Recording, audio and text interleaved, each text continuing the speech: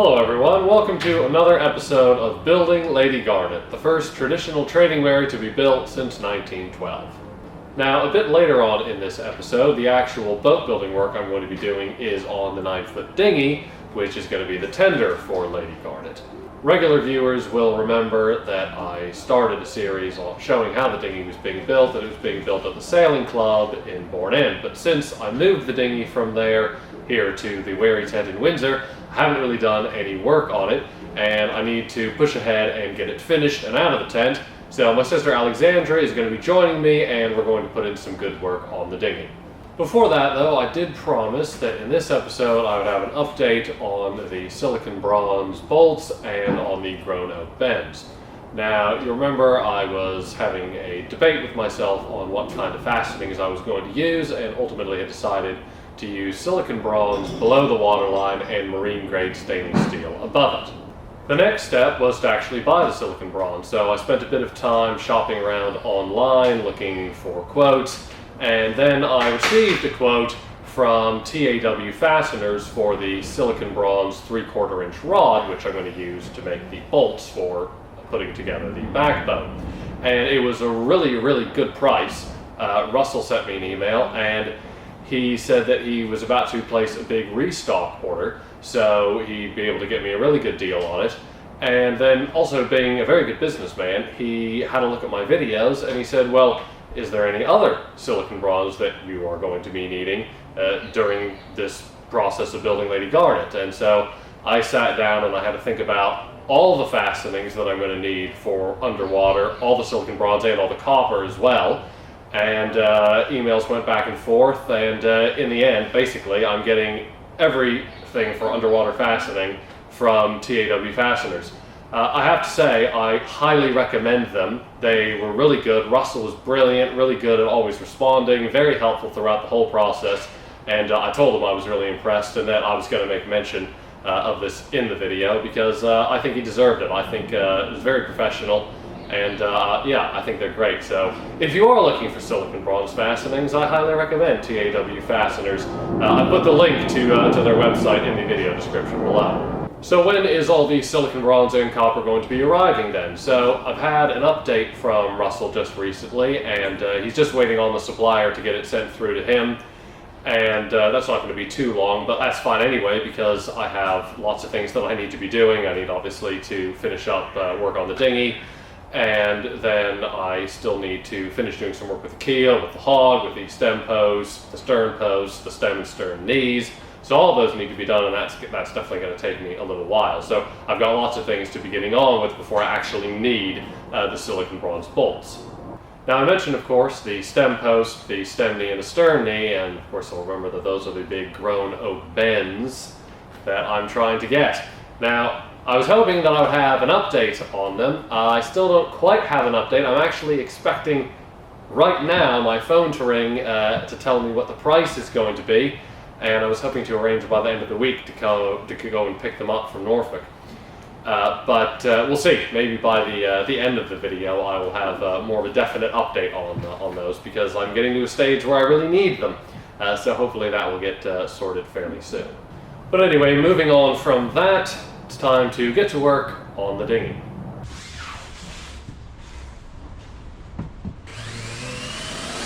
First off, there were a few nails that we never put in before the move, so Allie and I finished roving those. You'll get a closer look at nailing up later in the episode.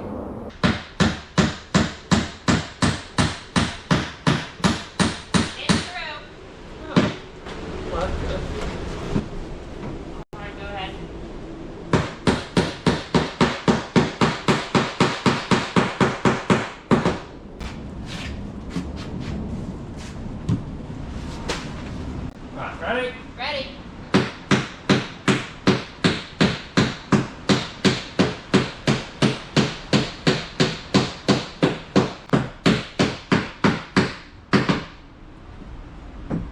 Beautiful.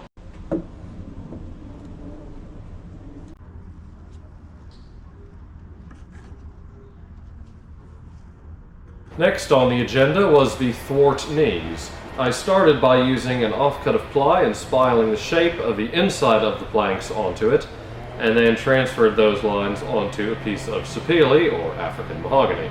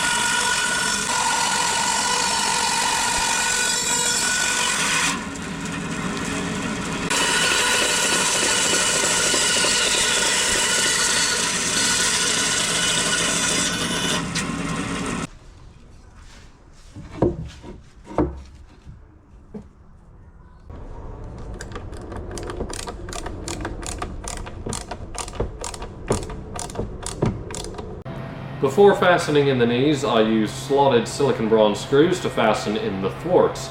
I made sure to use a ratchet screwdriver and not my drill for these, as it is quite easy to damage the head of a silicon bronze screw. They're more susceptible to shearing than the cheap and cheerful BZP screws that held the thwarts in place when I was moving the dinghy to Windsor. You'll also have noticed the gaps that are created in the gunnels of the boat between the top of the shear strake and the stringer. They're held apart, of course, by the tops of the ribs. So I used some offcuts from the ribs just to fill in the gaps where the thwarts will be so that I can run the copper nails through solid timber all the way. The biggest challenge here was using such long copper nails and making sure that they didn't bend when I drove them through.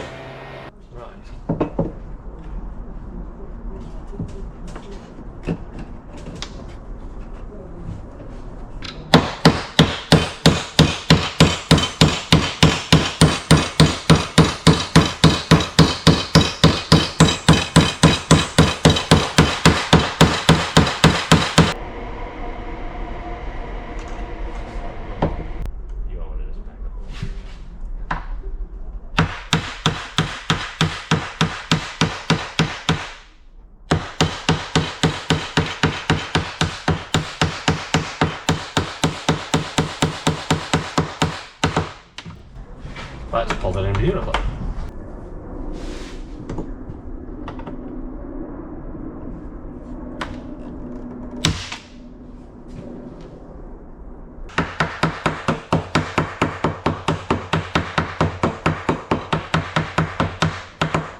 Suggest that it would be easier just to bend the nail over and hammer it up that way. No. No? We absolutely should put a rope on it. Can we get this? Will this actually be able to fit? I think so. Certainly here it will. Oh yeah, it will. I'm not so sure about back here. Let's do that. Allie's comment about the roving dolly possibly not fitting under the stern thwart was spot on. It didn't fit, and we ended up using a pair of pliers held flat on the underside of the thwart to hold the rope in place while driving the nail through. Awkward, but it worked. Sadly, we didn't film that, which is why I'm telling you about it instead.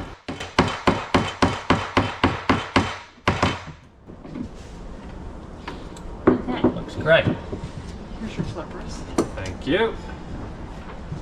My only concern is that when you start hammering, it's going to fall off. Because of gravity. You should have put the rope on the top. Right, ready? Uh-huh. Do you want to come on this side? Would that be easier? No, because I'm being right-handed, but I think I'm actually going to take that out.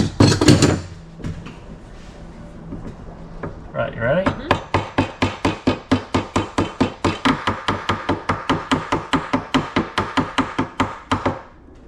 Well, I thought about falling off, but it didn't. Right, how is that? That ain't going anywhere. So, let me get it exactly where I want it. There can be no slip-ups. This one's do or die.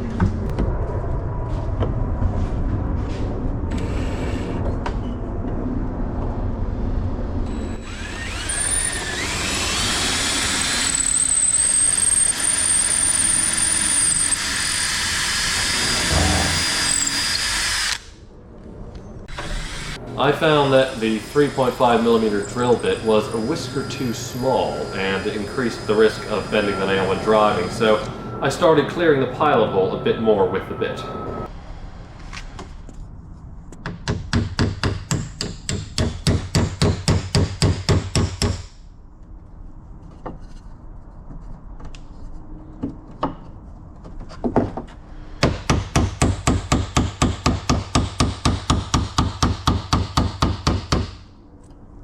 Ready?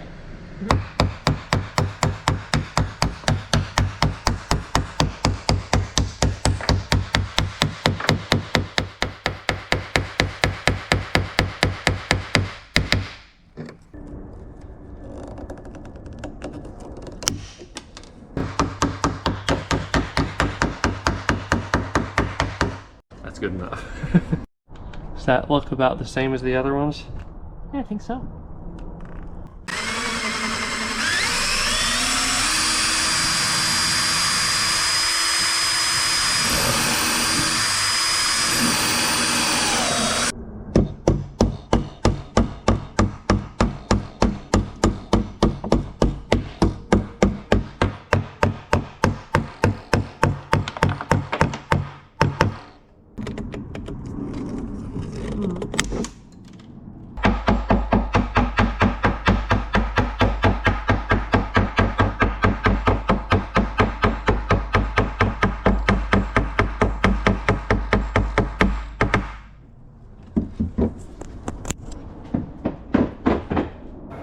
So after more work of a similar nature to what you've seen, all the knees are now done. I'm quite pleased with how they look, to be honest. And now I thought I'd catch you up on a lovely woodworking gift that I recently received in the post. So John, one of my lovely viewers from the Netherlands, has sent me this gift. He told me that it is some sort of antique tool, but I'm not sure what antique tool, so I thought I'd open it up on video and we can have a look at what it is together.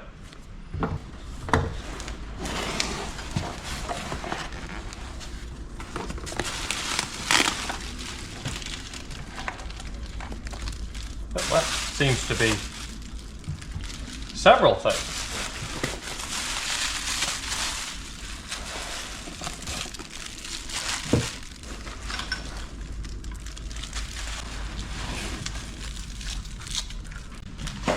Right, let's look at this one first. This is very kind of you, John.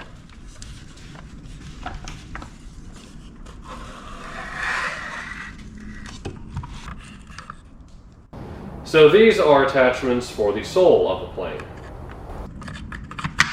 I'm going to open up this one next. Now this plane comes with its blade in here, if I can get it out.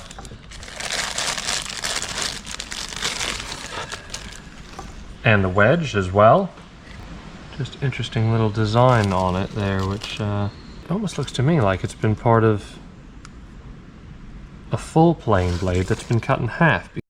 John may be able to spread more light on that.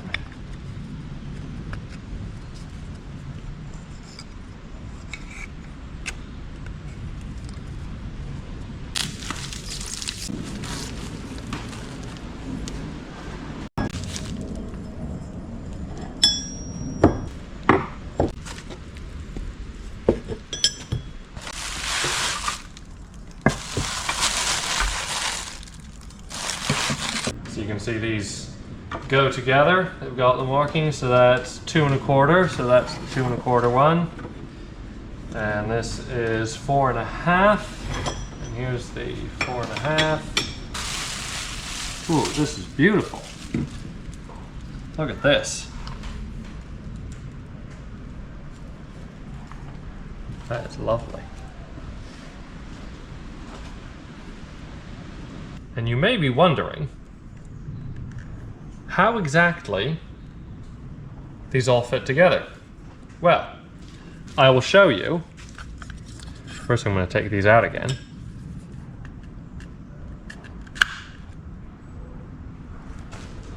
And there you have it.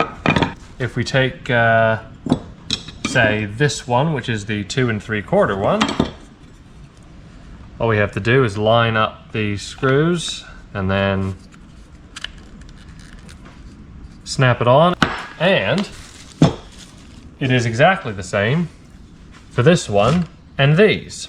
So right now you can see this one doesn't have any on it at all. So we'll take out the easiest one to get out, which wasn't that one.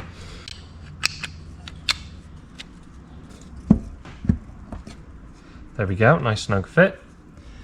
And then I just have to find which blade.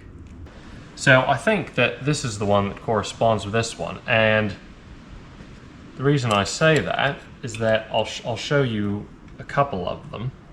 You can see when this one goes in, the curve of the blade is matching basically with the curve of the wooden attachment. And if we look at some of the others in the box, well, you can see just from looking at it that they gradually get less and less of a curve as they go. This one is pretty much flat, and it's the same with the blades. So you can see that's got more of a curve, that has got less of one. So the pieces of wood, the curve on them is all cut to match the curve of the blade. So thank you so much, John, for these amazing tools. I had no idea when you emailed and said that you had an antique tool that you wanted to send me, that it was going to be this many. I really, really appreciate it. It's extremely kind of you, and I will very much treasure them, and I can't wait to start using them. So thank you very much, John. So I did say at the start of this video that I hope to have an update for you on the grown oak bends that I was searching for. Unfortunately, I have no good news to impart on that front. It's growing increasingly frustrating. It's been almost 4 months now that I have been trying actively to find these, and I'm broadening my search, shall we say, because I'm not convinced that the place that I have been talking with is actually going to deliver on these. So hopefully by the time the next episode comes out, they either will have come through or I'll have found somewhere else to source the grown oak bends from. There were a couple of other things that I wanted to mention. One is that if you want more real-time updates, you can follow me on social media as well. I'm on Instagram and on Facebook, and the links to those are below. It's pretty simple, they're all just Building Lady Garnet, unsurprisingly. And also, I forgot what the other thing was now. Oh yes. I've been mentioning this in a pinned comment because I keep forgetting to mention it actually in the video, but YouTube has this new thing called Hype. I don't actually know, because it's quite new, I don't actually know how well it works or anything in terms of getting increased viewership of videos, but basically I think the way it works is that if you are watching on the YouTube mobile app, you can have the option to hype a video, and you can hype it as many as 5 or 7 times in the first week after it's published. And anyway, if it gets enough hype points, it gets put on some sort of playlist or something like that, and all this mysterious stuff with the algorithm and everything, and I don't know whether it actually helps.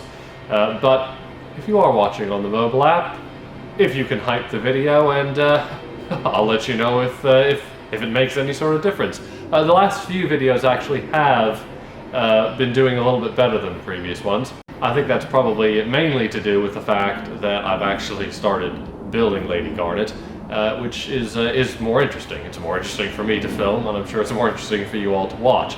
Obviously, this episode was more about building the dinghy. The next episode, there will also still be a bit of working on the dinghy, because as I said, I need to get it out of here. But I am actually going to be working on the Wherry again. The next thing that I can do is start cutting the stern post, because I don't need a grown oak bend for that. I need one for the stern knee, which goes on the inside of it and helps connect it to the keel, but I can make the actual stern post right away. So I think that will be one of the next things that I start to do as well. So thank you all so much for watching. Thank you to everyone who has supported this project through watching, liking, subscribing, sharing, and of course donating through the fundraiser or becoming a Patreon. The links to those are also in the video description below, which is getting a little crowded now. And yes, thank you for watching, and I hope to see you next time.